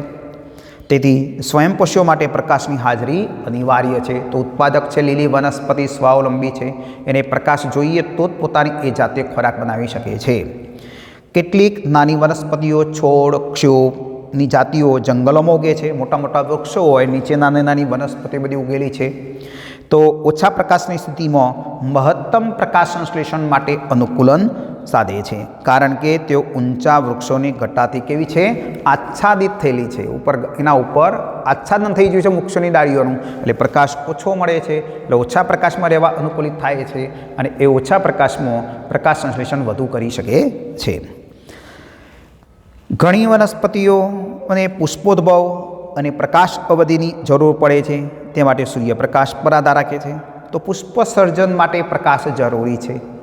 પુષ્પ પ્રકાશ ન પડે ત્યાં સુધી પુષ્પ સર્જન પ્રેરાતું નથી. આપણે ભણીને આવ્યા છીએ દીર્ઘ દિવસી, લઘુ દિવસી વનસ્પતિ વિશે ભણ્યા છે પ્રકાશ અવધિમાં આપણે, બરાબર. તો ઘણા પ્રાણીઓ દૈનિક દિવસ રાત્રિ, ઘણા પ્રાણીઓમાં દૈનિક દિવસ રાત્રિ, ઋતુકીય ફેરફારોમાં પ્રકાશની તીવ્રતા અને પ્રકાશ સમયગાળાનો ઉપયોગ તેમના આહારની શોધ, ચરવા માટે, પ્રજનન અને સ્થળાંતર માટે કરે છે. તો આપણે જોઈએ છીએ કે સ્વજે સૂર્ય આથમી જાય એટલે પક્ષીઓ પોતાના માળામાં પરત ફરે છે, અને જ્યારે સવારે સૂર્યોદય થાય એટલે એ પક્ષીઓ કલરવ કરતાં કરતાં પછી ધીમે ધીમે એ પ્રકાશની અસર હેઠળ દિવસ થાય એટલે પોતાનો ખોરાકની શોધમાં ચરવા માટે જાય કે પછી પ્રજનન કરે છે, અને એ સ્થળાંતર પણ કંઈક જગ્યાએથી બીજી જગ્યાએ જતા હોય છે. તો એ પ્રકાશ સમયગાળાની અસર થતી હોય છે. જમીન પર પ્રકાશની પ્રાપ્યતા તાપમાન સાથે ગાઢ રીતે સંકળાયેલી છે. તો જમીન પર જેમ પ્રકાશ પડે છે એમ તાપમાન પણ વધતું જાય છે. તો પ્રકાશની તીવ્રતા જેમ જેમ વધતી જશે આપણે જોઈએ છીએ તાપમાન વધે છે, બરાબર. તો અત્યારે સવારે સૂર્યપ્રકાશની તીવ્રતા ઓછી છે, ઓછો પ્રકાશ પડે છે એટલે એકદમ ઠંડુ વાતાવરણ છે. પછી ધીમે ધીમે ધીમે આપણો પ્રકાશની તીવ્રતા વધતી જશે એમ તાપમાન વધે છે. તો કારણ કે પ્રકાશ અને તાપમાન બંનેના સ્ત્રોત કોણ છે? સૂર્ય છે. સૂર્ય પ્રકાશ પડે છે અને એના કારણે તાપમાન પણ વધતું જતું હોય છે. તો મહાસાગરોમાં 500 મીટરથી વધુ ઊંડાઈએ, મહાસાગરોમાં 500 મીટરથી વધુ ઊંડાઈએ પર્યાવરણ ગાઢ અંધકારમય હોય છે, કારણ કે ત્યાં સૂર્યપ્રકાશ પહોંચી શકતો નથી. ત્યાં વસવાટ કરતા સજીવો સૂર્ય તરીકે ઓળખાતા શક્તિના સ્ત્રોતથી કેવા છે? અજ્ઞાત છે. કારણ કે 500 મીટરથી વધુ ઊંડાઈ સુધી પ્રકાશ પહોંચી શકવાનો જ નથી, એટલે તે એ વિસ્તાર કેવો હોય? અંધકારમય હોય છે. એટલે એ વિસ્તાર આખો એ સૂર્ય તરીકે ઓળખાતા શક્તિના સ્ત્રોતથી અજ્ઞાત હોય છે સજીવો. તો ઊંડા સમુદ્રમાં વસતા સજીવો મોટા ભાગે મૃત કાર્બનિક પદાર્થોનો ઉર્જાના સ્ત્રોત તરીકે ઉપયોગ કરે છે. જે પ્રાણી મૃત છે એની અંદર અકાર્બનિક પદાર્થ છે એમનો ઉર્જા એમાંથી શક્તિ મેળવી અને આ ક્રિયા કરતા હોય છે. એટલે અહીંયા પ્રકાશનો ઉપયોગ થતો નથી. ચલો, સૌર વિકિરણની વર્ણપટ ગુણવત્તા પણ સજીવોના જીવન પર અસર કરે છે. આપણે વિબગ્યોર જાનીવાલા પીનારા વર્ણપટ ભણીને આવ્યા છીએ સૂર્યપ્રકાશ સંશ્લેષણના પાઠની અંદર 11માની અંદર. તો એ સૌર વિકિરણના જે વર્ણપટ છે એની ગુણવત્તા છે, લાલ અને વાદળી પ્રકાશમાં પ્રકાશ સંશ્લેષણનો વેગ વધે છે એવું ભણ્યા હતા આપણે. એ સજીવોના જીવન પર અસર કરે છે. સૌર વર્ણપટના અલ્ટ્રાવાયોલેટ કિરણો જે આવી રહ્યા છે આપણે, એ અલ્ટ્રાવાયોલેટ પારજાબલી જે કિરણો સજીવો પર નુકસાનકારક અસર કરે છે. સમુદ્રની જુદી જુદી ઊંડાઈએ રહેતી ખારા પાણીની વનસ્પતિઓ લીલ માટે દ્રશ્ય વર્ણપટના બધા જ રંગ ઘટકો પ્રાપ્ય નથી. તો સમુદ્રની જુદી જુદી જે ઊંડાઈએ રહેતી ખારા પાણીની જે વનસ્પતિ છે લીલ, એ દ્રશ્ય વર્ણપટના બધા જ રંગના ઘટકો પ્રાપ્ત થતા એને નથી. તો સમુદ્ર કે મીઠા પાણીમાં સૌથી વધુ ઊંડાઈએ રાતી લીલ કઈ છે? રાતી લીલા. હેતુલક્ષી પ્રશ્ન પૂછાય કે સમુદ્ર કે મીઠા પાણીમાં સૌથી વધુ ઊંડાઈએ રહેતી કઈ વનસ્પતિ છે? તો રાતી લીલ છે. કારણ કે તે લાલ રંગનું પરાવર્તન કરે છે અને વાદળી લીલા રંગનું શું કરશે? શોષણ કરે છે. તો વાદળી લીલા રંગના પ્રકાશનું શું કરશે? શોષણ કરે છે. બરાબર. તો એ વાદળી લીલા રંગનો પ્રકાશ ટૂંકી તરંગલંબાઈવાળા અને વધુ ઉર્જા ધરાવે છે, જેથી તે પાણી ઊંડે સુધી પ્રવેશી શકે છે. તો આ પ્રકાશમાં પાણીમાં ઊંડે સુધી પહોંચે છે અને રાતી લીલને આ પ્રકાશ પ્રાપ્ત થાય છે અને એ પોતે અનુકૂલન સાધે છે. તો આવી રીતે એક પ્રકાશની પણ અસર થતી જોવા મળે છે. ભૂમિ પરિબળની વાત કરીએ આપણે. જમીન જુદા જુદા સ્થાનોમાં ભૂમિની પ્રકૃતિ અને ગુણધર્મ અલગ અલગ હોય છે. તો જુદા જુદા વિસ્તારમાં જમીન જુદા જુદા રંગની આપણને જોવા મળે છે અને એની જે ગુણધર્મો પણ અલગ હોય છે. તો અહીંયા ભૂમિનો આધાર આબોહવા, ક્ષારણ પ્રક્રિયા, અપક્ષાન કહીએ છીએ આપણે, વહન, અવસાદન એટલે કે ધોવાણ, અવસાદન થવું, ઠારણ થવું વગેરે પર રહેલો હોય છે. તો ભૂમિનો આધાર શેના પર રહેલો છે? એ આબોહવા છે, અપક્ષયન છે, વહન અને અવસાદન પર રહેલો છે. તો ભૂમિના લક્ષણોમાં જોઈએ તો ભૂમિનું બંધારણ, ભૂમિના કણોનું કદ અને એકત્રીકરણ એ ભૂમિની અંતઃસ્રવણ, છિદ્રાપણું ક્ષમતા અને જલ સંગ્રહણ ક્ષમતા નક્કી કરે છે. તો જેમ ભૂમિના કણો મોટા હોય એમ પાણીનો સંગ્રહ ઓછો થશે. છિદ્રો વધારે હોય એટલે પાણી સ્ત્રવી જશે, નીચે તરફ જતું રહેશે. જેમ કણો એકદમ નાના હોય એટલે અવકાશ ઓછો હોય વચ્ચે, જેના કારણે જળ સંગ્રહણ ક્ષમતા એમની વધારે હોય છે, એટલે પાણીને પકડી રાખે છે. રેતાળ માટી પાણીને સંગ્રહ કરી શકતી નથી. જ્યારે ચીકણી માટી આપણે જોઈએ તો પાણીના નાના નાના કણો છે એટલે પાણીને શું કરશે? સંગ્રહ કરે છે. પીએચ, ખનિજ બંધારણ, ભૂતલીય પરિબળો દ્વારા કોઈપણ ક્ષેત્રની વનસ્પતિનો સમાજ નક્કી થાય છે. તેના પરથી તે વિસ્તારોના પ્રાણી સમાજ પણ વિકસે. તો જેમ વનસ્પતિ સમાજ નક્કી થાય તો વનસ્પતિ આધારિત પ્રાણીઓનો સમાજ પણ તેઓ રહેતા જોવા મળે છે. જલીય પર્યાવરણમાં અવસાદી લાક્ષણિકતાઓ બેન્થિક ક્ષેત્ર પાણીના તળિયે રહેલી જીવસૃષ્ટિ ના પ્રાણીઓનો પ્રકાર નક્કી કરે છે. તો જલીય પર્યાવરણની અંદર અવસાદી જે લાક્ષણિકતાઓ નીચે તળિયાના ભાગે કાદવ, મૃતદેહો, કોવાટોરો ભાગ એકત્ર થાય એ બેન્થિક ક્ષેત્ર છે, કાદવ કીચડવાળો વિસ્તાર છે. એ વિસ્તારની અંદર કેટલીક વનસ્પતિ ઉગે છે, એના પર આધારિત પ્રાણીઓ પણ તેઓ પ્રકાર સજીવો તો રહેતા હોય એટલે પ્રાણી પ્રકાર પણ નક્કી કરતા હોય છે. તો આ ભૂમિ પરિબળ એક અસર કરતું પરિબળ જોવા મળશે. અજૈવિક કારકો સામેની પ્રતિક્રિયા. તો આવા અજૈવિક પરિબળો જે છે, તાપમાન છે, પ્રકાશ છે, બરાબર, તો એ પાણી, આ બધા સામે એની પ્રતિક્રિયા કઈ દર્શાવે છે? તો એની વાત કરીએ આપણે. તો અજૈવિક કારકો સામેની પ્રતિક્રિયા, તો ઘણા નૈસર્ગિક નિવાસ સ્થાનોની અજૈવિક પરિબળો ક્યારેક વધુ પરિવર્તન પામે છે. તો કુદરતી નિવાસસ્થાનો છે એની અંદર અજૈવિક પરિબળો જે રહ્યા વધુ પરિવર્તન પામતા હોય છે. આવા રહેઠાણોમાં રહેતા સજીવોને તણાવપૂર્ણ પરિસ્થિતિનો સામનો કરવાની વ્યવસ્થા ગોઠવવી પડે છે કે ભાઈ તે તાણદાયી એટલે પરિસ્થિતિ ઊભી થાય તેનો સામનો કરવાની વ્યવસ્થા ગોઠવાયેલી હોય છે. એટલે કે પરિસ્થિતિ તાણ ઊભી થાય તો સહન કરી શકે સજીવો. તો આ માટે સજીવોએ ઉત્ક્રાંતિ દરમિયાન ઘણી જાતિઓએ તેમના આંતરિક એટલે કે શરીરની અંદર પર્યાવરણને સતત વિકસાવી છે. તો ઉત્ક્રાંતિ દરમિયાન આ ઘણી સજીવોની જાતિઓએ આ આંતરિક જે શું કહેવાય પર્યાવરણને વિકસાવેલું છે. આંતરિક રીતે પર્યાવરણને અનુકૂળ થવા માટેની પરિસ્થિતિ વિકસાવેલી હોય છે. તેના દ્વારા બધી જૈવ રાસાયણિક અને દેહધાર્મિક ક્રિયાઓ વધુ કાર્યક્ષમ રીતે થાય છે. જો આંતરિક પર્યાવરણ બરાબર વિકસાવેલું ના હોય તો એ જૈવ રાસાયણિક ક્રિયાઓ કે દેહધાર્મિક ક્રિયાઓ કરી શકે નહીં. તો અહીંયા તેમનું યોગ્યતા ફિટનેસ વધાર્યું છે. આવી સ્થિરતા દેહ જળના મહત્તમ તાપમાન અને આશ્રુતિ સાંદ્રતાના સ્વરૂપે જોઈ શકાય છે.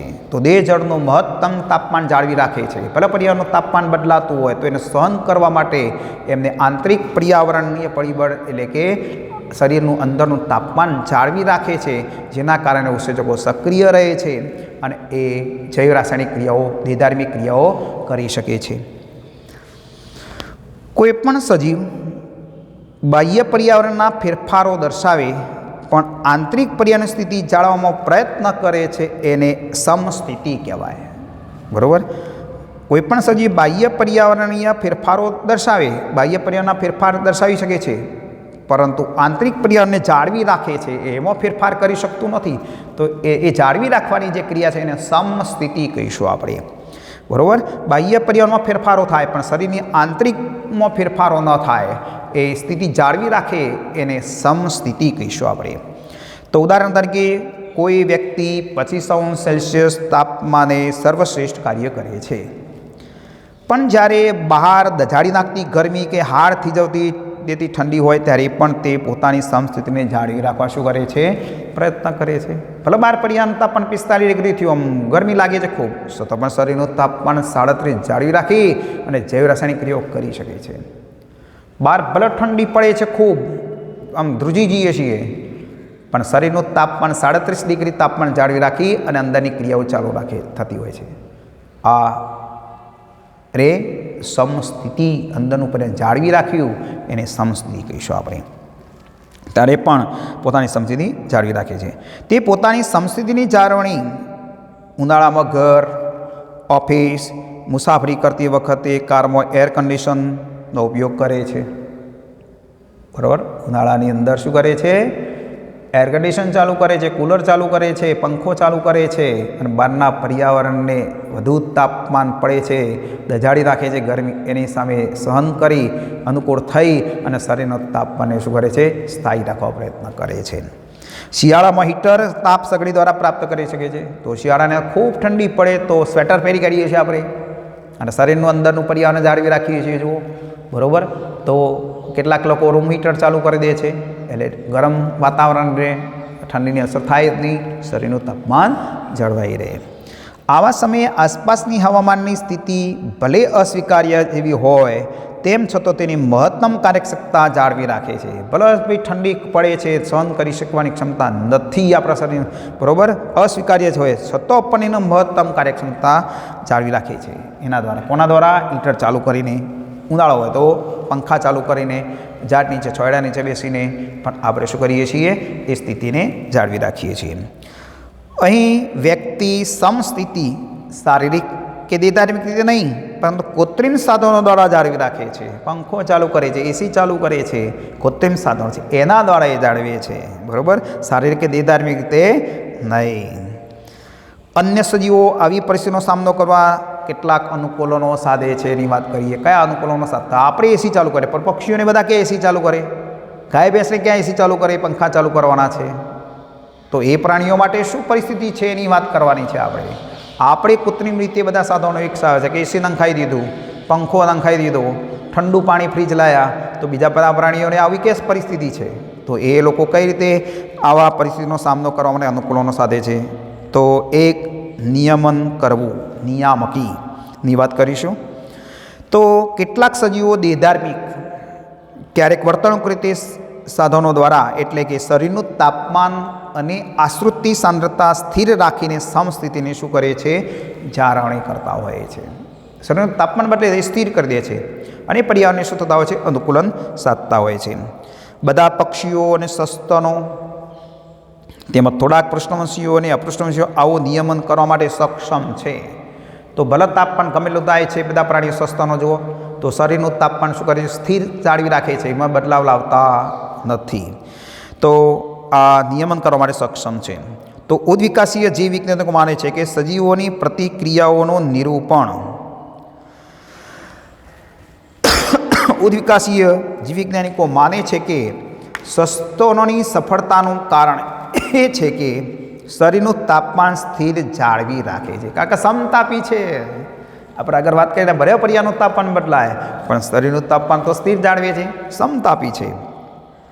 તેઓ એન્ટાર્કટિકા કે સહારાના રણમાં રહેતા હોય તો પણ શરીરનું તાપમાન જાળવી રાખે છે.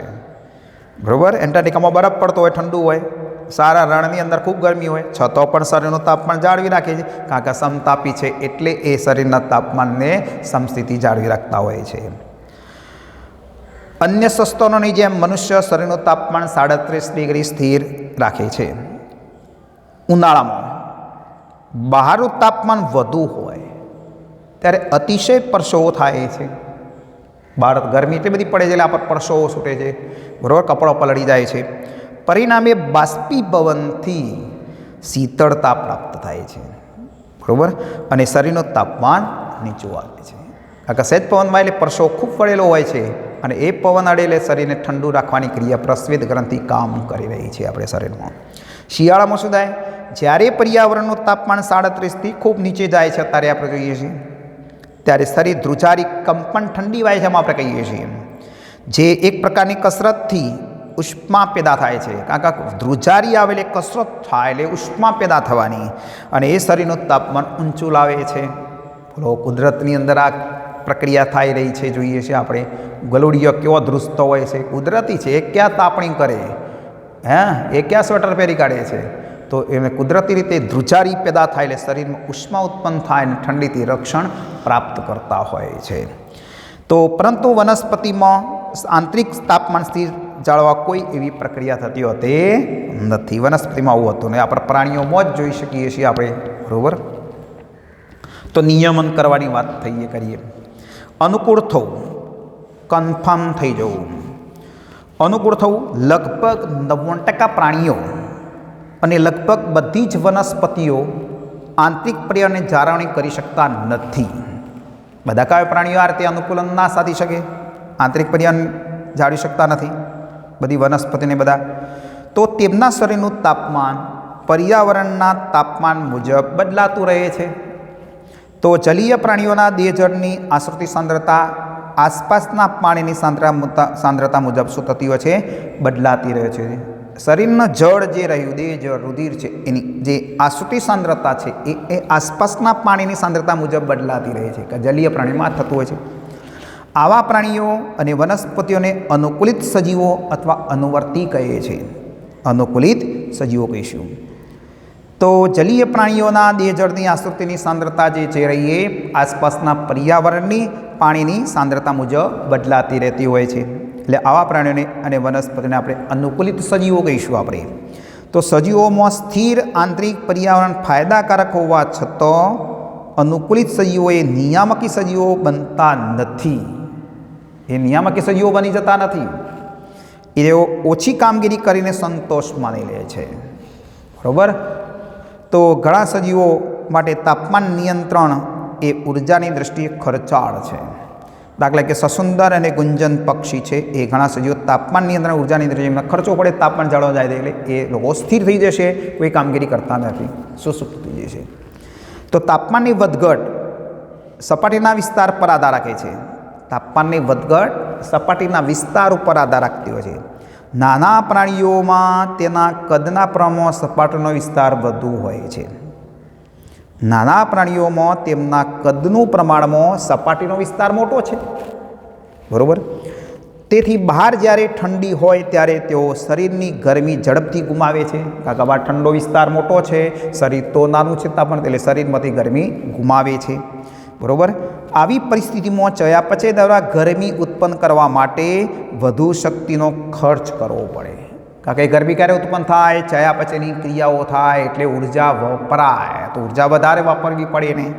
તો આ કારણસર ધ્રુવ પ્રદેશના નાના પ્રાણીઓ ભાગ્યે જ જોવા મળે છે. કારણ કે ભાઈ દૂર લપાઈ રહ્યો એક બાજુ, નહીંતર શરીરમાંથી ગરમી વધારે બહાર કાઢવી પડશે.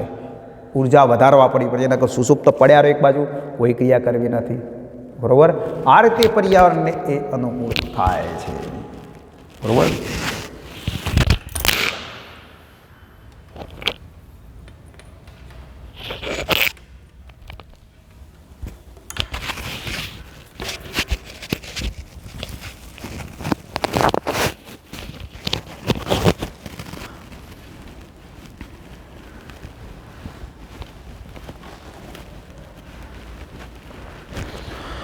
હવે જોઈએ આપણે ઉદ્વિકાસ દરમિયાન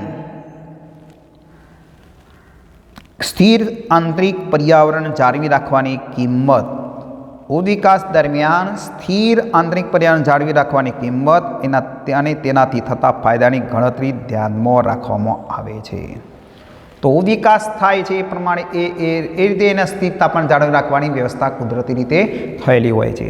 કેટલીક જાતિઓએ નિયમન કરવાની ક્ષમતા વિકસિત કરી દીધી છે. તો કેટલાક જાતિઓએ નિયમન કરવાની ક્ષમતા વિકસિત કરી લીધી છે, પણ તેઓ માત્ર પર્યાવરણ પરિસ્થિતિને સીમિત મર્યાદામાં જ નિયમન કરે છે. પછી સીમિત બહાર જાય તો પછી એ નિયમન કરી શકતા નથી. એ મર્યાદા સીમિત બોર્ડર હોય છે, એ બોર્ડરથી વધારે જાય તો પછી એ સહન કરી શકે નહીં. તો જો પર્યાવરણની પરિસ્થિતિ સીમિત મર્યાદાની બહાર જાય તો તેઓ અનુકૂલન તરીકે વર્તે છે. તો અહીંયા પર્યાવરણ પરિસ્થિતિ સીમિત મર્યાદાથી બહાર જાય તો એ અનુકૂલિત તરીકે વર્તતા હોય છે, અનુકૂલન સાધતા હોય છે, બરાબર. તો આ રીતે અનુકૂળ થવાની ક્રિયા કેટલાક પ્રાણીઓમાં જોવા મળતી હોય છે. સ્થળાંતર કરવું, કેટલાક અનુકૂલિત થઈ જાય, કેટલાક નિયમન કરી દે. હવે સ્થળાંતર કરવાની વાત કરીએ. સજીવો તાણ પેદા કરતા નિવાસસ્થાનોમાંથી હંગામી ધોરણે સ્થળાંતર થઈ અનુકૂળ રહેઠાણમાં ચાલ્યા જાય. ભાઈ ચલો અનુકૂળ થઈ શકે એવું નથી, ચલો અહીંથી આપણે બીજા જતા રહીએ. ગરમી પડે છે તો આબુ જતા રહીએ થોડા દિવસ. અહીંયા તો બહુ ગરમી પડે છે, પંખો નથી, તો ચલો ઠંડા વિસ્તારમાં જતા રહીએ, નદી કિનારે જતા રહીએ. આવું સ્થળાંતર કરતા હોય છે. અને મૂળ રહેઠાણમાં તાણવાળી પરિસ્થિતિ પૂરી થાય એટલે પાછા આવી જાય. ચલો ગરમી ઓછી થશે એટલે પાછા આપણા વિસ્તારમાં આવી જઈશું, બરાબર. તો થોડો સમય શું કરે છે લોકો, અહીંથી આબુ જતા રહેશે, બરાબર, નદી કિનારાવાળા વિસ્તાર તરફ જતા રહેશે અને ત્યાં થોડો સમય રહેશે અને પછી ગરમી ઓછી થાય એટલે પોતાની મૂળ રહેઠાણમાં આવી જતા હોય છે. મનુષ્યમાં એવું છે કે ગરમીના દિવસોમાં દિલ્હીથી શિમલા જાય છે. એ જ રીતે પક્ષીઓ શિયાળા દરમિયાન લાંબા અંતરનો પ્રવાસ કરી અનુકૂળ વિસ્તારમાં સ્થાનાંતર કરે. શિયાળામાં ખૂબ ઠંડી પડતી હોય તો જો ગરમ વિસ્તાર હોય તે તરફ સ્થાનાંતર કરતા હોય છે. દાખલા તરીકે રાજસ્થાનમાં ભરતપુરમાં આવેલ કેવલાદેવ રાષ્ટ્રીય ઉદ્યાન, કેવલાદેવ રાષ્ટ્રીય ઉદ્યાને સાઇબિરિયા અને અતિશય ઠંડા ઉત્તરીય પ્રદેશમાંથી આવતા હજારો પક્ષીઓનું યજમાન સ્થળ બની સ્વાગત કરે છે. કયું? રાજસ્થાનમાં ભરતપુરમાં આવેલ કેવલાદેવ રાષ્ટ્રીય ઉદ્યાન છે. એ સાઇબિરિયા અને અતિશય ઠંડા ઉત્તરીય પ્રદેશમાંથી આવતા પક્ષીઓ માટેનું, કારણ કે રણ પ્રદેશ છે, ગરમ વાતાવરણ છે ત્યાં, એટલે ત્યાં રહેવા માટે એક યજમાન સ્થળ તરીકે એમનું સ્વાગત કરતું હોય છે. એટલે સ્થાનાંતર કરીને આવ્યા પક્ષીઓ ઠંડા વિસ્તારમાંથી ઉત્તર, ગરમી બરફ બહુ પડે ઉત્તરમાં, તો ત્યાંથી સજીવો સ્થાનાંતર કરીને આ ભરતપુર કેવલાદેવ અભયારણ્યમાં આવતા હોય છે પક્ષીઓ. હંસને બધા પક્ષીઓ છે, બરાબર. મુલતવી રાખવું, ક્યાંય જવું નહીં, ઠંડુ પાણી થોડું રેડી દઈશું, રવા દો ને, અહીંયા જ રહો ને, ગરમી લાગે થોડી ઝાડ નીચે બેસીશું, મુલતવી રાખે. તો બેક્ટેરિયા, ફૂગ, નીચલી કક્ષાની વનસ્પતિઓ જાડી દિવાલવાળા બીજાણુ ઉત્પન્ન કરે છે. જુઓ, એ કોઈ સ્થાન કંઈ બીજા નથી જતા, ઉપર બીજા આવરણ ઉપર જાડી દિવાલવાળું આવરણ ઉત્પન્ન કરે છે, જેથી તેઓને એટલે કે બીજાણુને પ્રતિકૂળ પરિસ્થિતિમાં જીવિત રહેવા માટે મદદ મળે છે.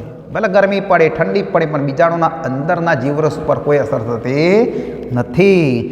ત્યારબાદ એ સાનુકૂળ પર્યાવરણ પ્રાપ્ત થાય તો એ બીજાણુ અંકુરણ પામે છે, બરાબર. ત્યાં સુધી સુસુપ્ત પડ્યા રહે છે, બરાબર. તો ઉચ્ચ કક્ષાની વનસ્પતિઓમાં બીજ અને અન્ય વાનસ્પતિક પ્રજનન કરતી રચનાઓ તાણયુક્ત સમય પસાર કરવામાં, ઉચ્ચ કક્ષાની વનસ્પતિઓમાં બીજ અને અન્ય વાનસ્પતિક પ્રજનન કરતી રચનાઓ તાણયુક્ત સમય પસાર કરવામાં તેમજ વિકિરણમાં મદદરૂપ થાય છે. તો અનુકૂળ પરિસ્થિતિમાં તેઓ નવો છોડ ઉત્પન્ન અંકુરણ પામે છે. તો અહીંયા ઉચ્ચ કક્ષાની વનસ્પતિની અંદર કેટલાક બીજ આ રીતે પશુ પક્ષીઓ ખાઈને બીજી જગ્યાએ નાખતા હોય છે અને જ્યારે અનુકૂળ પર્યાવરણ મળે ત્યારે એ બીજ અંકુરણ પામતો હોય એટલે વિકિરણ. જે પ્રાણીઓ સ્થાનાંતર કરી શકતા નથી તેઓ શિયાળામાં શીત નિંદ્રા ગાળે છે. સ્થાનાંતર નથી કરતા એ પ્રાણીઓ શું કરશે? જમીનમાં ઊંડે, કાદવમાં ઊંડે, પાણીમાં ઊંડે જતા રહે છે અને સુષુપ્ત એક જીવન ગાળે એટલે એને કહેવાય શીત નિંદ્રા કહીશું. એ શીત નિંદ્રા ગાળતા જોવા મળશે આપણને. દાખલા તરીકે રીંછ અને ઉનાળામાં ગરમી અને જળ શુષ્કન જેવી સમસ્યાઓથી બચવા માટે ગ્રીષ્મ નિંદ્રા ગાળે છે. તો ઉનાળાની અંદર ગરમીથી બચવા માટે પણ એ ગ્રીષ્મ નિંદ્રા ગાળે છે. બરાબર. દાખલા તરીકે ગોકળ ગાય અને માછલીઓ સમય પસાર કરી પોતાનો બચાવ કરતા હોય છે. સમય પસાર કરી આ રીતે પોતાનો બચાવ કરતા હોય છે. એટલે કહેવાનો મતલબ સ્થાનાંતર નથી કરતા એ સજીવો શિયાળામાં શીત નિંદ્રા માણે છે અને ઉનાળામાં ગ્રીષ્મ નિંદ્રા માણે છે અને આ રીતે સુષુપ્ત જીવન ગુજારતા હોય છે.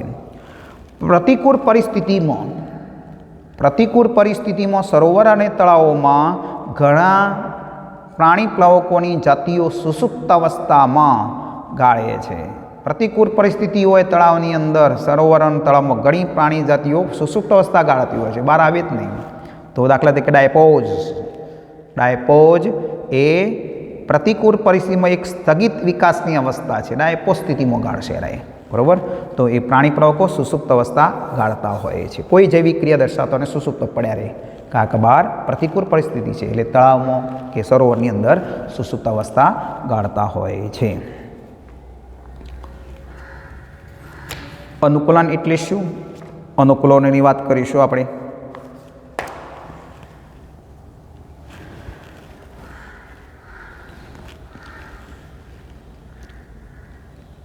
વ્યક્તિગત સજીવો વિશિષ્ટ પર્યાવરણ સ્થિતિનો પ્રત્યાઘાત દર્શાવવા પર્યાવરણ સાથે જે તાદાત્મ્ય કેળવે છે એને આપણે અનુકૂલન કહીએ છીએ.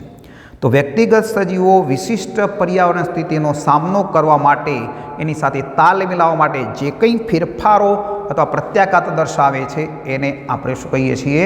અનુકૂલન કહીશું આપણે. તો જીવંત સજીવો પર્યાવરણનો સામનો કરવા માટે જુદી જુદી રીતે સજ્જ થયેલા છે. બરાબર. તો કેટલાક સજીવો દેહધાર્મિક વ્યવસ્થા દ્વારા દેહધાર્મિક ક્રિયામાં ફેરફાર લાવી પર્યાવરણને અનુકૂળ થતા હોય, તો કેટલાક સજીવો વર્તણૂક હંગામી ધોરણે ઓછા તણાવયુક્ત વ્યવસ્થાનમાં સ્થળાંતર કરી જાય, એટલે વર્તણૂક બદલે સ્થળાંતર કરી જાય એની અવસ્થા દ્વારા એ પ્રતિક્રિયા દર્શાવે. આવી પ્રતિક્રિયાઓ વાસ્તવમાં તેના એક અનુકૂલનો છે. એ દેહધાર્મિક હોય કે બિહેવિયર વર્તણૂક પ્રકારના સ્થાનાંતર પ્રકારના હોય છે. અનુકૂલન એ સજીવનું કોઈ એક સવિશેષ લક્ષણ છે. બાહ્યાકાર વિદ્યાકીય, દેહધાર્મિક હોય કે વર્તણૂક પ્રકારનું હોય છે, જે સજીવને તેના નિવાસસ્થાનમાં જીવિત રહેવા માટે અને પ્રજનન કરવા માટે યોગ્ય બનાવે છે. કારણ કે સજીવોને મેઇન તેના પર્યાવરણમાં રહેવાનું છે, વસવાટને અનુકૂળ થવાનું છે અને પ્રજનન કરી પોતાનો સજીવ ઉત્પન્ન કરવાનો છે. એટલે પહેલાં તો રહેઠાણમાં અનુકૂળ થવું પડે, તો રહેઠાણના પર્યાવરણ પરિબળોને અનુકૂળ થવું પડતું હોય છે. ઘણા અનુકૂલનો લોબા ઉદિકાસ બાદ વિકાસ પામ્યા છે અને જનીનિક રીતે સ્થાયી બનેલા હોય છે. તો ઘણા અનુકૂલનો એ લોબા ઉદિકાસ બાદ પ્રાણીઓમાં ઉદિકાસના અંતે એ વિકસિત બન્યા હોય અને અનુકૂળ થતા હોય છે. અને જે કેટલાક જનીની રીતે સ્થાયી બને, જનીનો નામો આવેલા છે વિવિધ પ્રકારના, એના કારણે નવા લક્ષણો પ્રદર્શિત કર્યા જ કરે છે અને પર્યાવરણને શું થતા હોય છે? અનુકૂલિત થતા હોય છે. તો આપણે અહીંયા ઉત્તર અમેરિકાના રણમાં કોંગારૂ ઉંદર ઉદાહરણ જોઈએ. તો ઉત્તર અમેરિકાના રણમાં કોંગારૂ ઉંદર પાણીના બાહ્ય સ્ત્રોતની ગેરહાજરીમાં તેની પાણીની પ્રાપ્ય જરૂરિયાત, બહાર પાણી પ્રાપ્ત બાહ્ય સ્ત્રોત નથી પડતો, ચલો બરાબર. તો એ પાણીની પ્રાપ્ય જરૂરિયાત ક્યાંથી સંતોષે? આંતરિક ચરબીના ઓક્સિડેશન દ્વારા પ્રાપ્ત કરે છે. બહારથી પાણી નથી એટલું બધું મળતું, તો શું કરે છે? શરીરની અંદર જે ચરબી છે એનું ઓક્સિડેશન થાય ત્યારે પાણી ઉત્પન્ન થાય, એ પાણીની પોતાની જૈવિક ક્રિયાઓ માટે ઉપયોગ કરે છે. તેમાં પાણી ઉપપેદાશ છે એનો ઉપયોગ કરે છે. તે મૂત્રને વધુ સાંદ્ર બનાવવાની ક્ષમતા ધરાવે છે. તો પાણી નથી મળતું બહાર, તો મૂત્ર કે તે મંદ બનાવીને મૂત્ર ત્યાગ કરી શકે, તો સાંદ્ર મૂત્રનો ત્યાગ કરે છે. તે ઉત્સર્ગ પદાર્થોના નિકાલ માટે પાણીનો ઓછા પ્રમાણમાં વ્યય કરે છે. મરુનિવાસી પ્રાણી વનસ્પતિના અનુકૂલનો. મરુનિવાસી રણ પ્રદેશની, તો રણ પ્રદેશની વનસ્પતિઓ પર્ણની સપાટી પર જાડું કિટિકલનું પડ હોય છે. કિટિનિક્ત મીણનું ઉપર આવે એટલે પાણીનો વેગ અટકે, બાષ્પોત્સર્જન ઓછું થાય. બરાબર. તો બાષ્પોત્સર્જન ઘટાડવા માટે પર્ણરંધ્રો કેવા હોય? સપાટીથી ઊંડે ખાડામાં આવેલા હોય, એટલે નિમગ્ન કહેવાય નહીં. તો ખાડામાં આવેલા જલ્દી ખુલે જ નહીં, એટલે બાષ્પોત્સર્જન નહીં થાય. પ્રકાશ સંશ્લેષણનો વિશિષ્ટ પથ ધરાવે છે. આપણે ભણીને આવ્યા છે મરુનિવાસી વનસ્પતિમાં CAM, કેલ્શિયમ એસિડ મેટાબોલિઝમ. તો જેથી દિવસે પર્ણરંધ્રો બંધ રહે છે અને રાત્રે ખુલે છે, એટલે બાષ્પોત્સર્જન દિવસે થશે નહીં. ફાફડા થોરમાં પર્ણો રૂપાંતરિત થઈ કંટકોમાં ફેરવાયેલા છે. તો ફાફડા થોરમાં આપણે જોઈએ છીએ કે પર્ણોનું રૂપાંતર કંટકમાં થયું છે અને પ્રકણ ચપટું પહોળું લીલું બની પ્રકાશ સંશ્લેષણ કરે છે. બરાબર. તો પર્ણકાર્ય સ્તંભ કહીએ છીએ. તો આવા અનુકૂલનો રણ પ્રદેશની વનસ્પતિમાં જોવા મળે છે. સસ્તન પ્રાણીઓના અનુકૂલનો, તો ઠંડી આબોહવામાં રહેલા સસ્તન પ્રાણીઓ ઉષ્માનો વ્યય ઘટાડવા માટે ટૂંકા કાન અને ટૂંકા ઉપાંગો ધરાવે છે, જેને એલેનનો નિયમ તરીકે ઓળખીશું. તો આવા ઠંડી આબોહવામાં રહેલા સસ્તન પ્રાણીઓ જે રહે એ ઉષ્માનો વ્યય ઘટાડવા માટે શરીરનું કદ નાનું કરી દે છે. કાન અને ઉપાંગો નાના છે. બરાબર. ધ્રુવ પ્રદેશમાં સીલ જેવા જલીય સસ્તનો ત્વચાની નીચે ચરબીનું જાડું સ્તર બનાવી દે છે, જેથી ઉષ્મા અવરોધક તરીકે કાર્ય કરે. તો અહીંયા ધ્રુવ પ્રદેશની અંદર સીલ જેવા પ્રાણીઓ જે રહે ચામડીની નીચે ચરબીનું જાડું પડ કરે, એટલે શરીરની ઉષ્માનો વ્યય થાય નહીં. બરાબર. એટલે શરીરની ઉષ્માનો વ્યય અટકાવે છે. તો એ ઉષ્મા અવરોધક તરીકે વર્તે છે આ ચરબીનું સ્તર. દેહધાર્મિક અનુકૂલનો, કેટલાક સજીવો દેહધાર્મિક અનુકૂલનો દ્વારા તણાવની પરિસ્થિતિ સામે ઝડપી પ્રતિક્રિયા દર્શાવતા હોય છે. તો કેટલાક સજીવો દેહધાર્મિક અનુકૂલનો દર્શાવી અને તાણવાળી પરિસ્થિતિઓ એનો સામનો કરવા માટે એ પ્રતિક્રિયા દર્શાવી શકે છે. જો ક્યારેક તમારે વધુ ઊંચાઈવાળા એટલે કે 3500 મીટરથી પણ વધુ મનાલી પાસે રોહતંગ ઘાટ અને લેહમાં જવાનું થયું હશે, તો તમે ઊંચાઈ સંબંધિત બીમારીનો અનુભવ જરૂર કર્યો છે. જેમ ઊંચે જઈએ એમ બીમારીની અસર હવા પાતળી થતી હોય તો તરત જ અસર થતી હોય છે, જોઈએ છે. તો આવા ખૂબ ઊંચાઈવાળા વિસ્તાર ઉપર લોકો જાય છે ત્યારે એના અસરે તરત જ એને આ પરિસ્થિતિનો સામનો કરવો પડે છે. દાખલા તરીકે કોઈને ઉબકા આવે, થાક લાગે, હૃદયના ધબકારા વધી જાય વગેરે લક્ષણો જોવા મળે. વધુ ઊંચાઈએ વાતાવરણનું દબાણ ઓછું હોય, જેથી શરીરને પૂરતો ઓક્સિજન મળતો નથી. બરાબર. પરંતુ ધીમે ધીમે શરીર સ્થાનિક આબોહવાને અનુકૂળ થતો ઊંચાઈની બીમારી અનુભવાતી નથી. તો ધીમે ધીમે એ આપણે પાતળી હવા છે, દબાણ છે, ઓક્સિજન ઓછું મળે એને અનુકૂલિત થઈ જઈએ છીએ આપણે. પછી કોઈ તકલીફ થતી નથી. શરૂઆતમાં તકલીફ થશે, પછી ધીમે ધીમે અનુકૂળ થઈ જઈએ, પછી આપણે કોઈ તકલીફ સર્જાતી નથી. તો આપણા શરીરમાં રક્તકણો ઉત્પાદન વધારીને હિમોગ્લોબિનની બંધન ક્ષમતા ઘટાડીને અને શ્વસન દરમાં વધારો કરીને ઓછા ઓક્સિજનની ભરપાઈ કરવામાં આવે છે. તો રક્તકણો વધારવાના છે. રક્તકણો વધશે એટલે હિમોગ્લોબિનની બંધન ક્ષમતા ઘટી જશે. બરાબર. અને શ્વસન દરમાં વધારો કરીને શ્વાસોશ્વાસની ક્રિયા થોડી ઝડપી કરી ઓછો ઓક્સિજનથી જીવવા માટે આપણે અનુકૂલિત કરી દઈએ છીએ. હિમાલયમાં વધુ ઊંચાઈએ અનેક જનજાતિઓ રહે છે. સપાટ મેદાનના વિસ્તારમાં રહેતા લોકો કરતો એ જનજાતિઓમાં રક્તકણોની સંખ્યા અને કુલ હિમોગ્લોબિન વધારે હોય છે. ઊંચાઈ પર રક્તકણોની સંખ્યા વધારે જોઈએ. બરાબર. એટલે નીચાણવાળા સપાટી પરના વિસ્તાર કરતો ઊંચાઈવાળા વિસ્તાર પર જે લોકો રહે છે એમાં રક્તકણોની સંખ્યા કેવી હોય છે? વધુ હોય છે.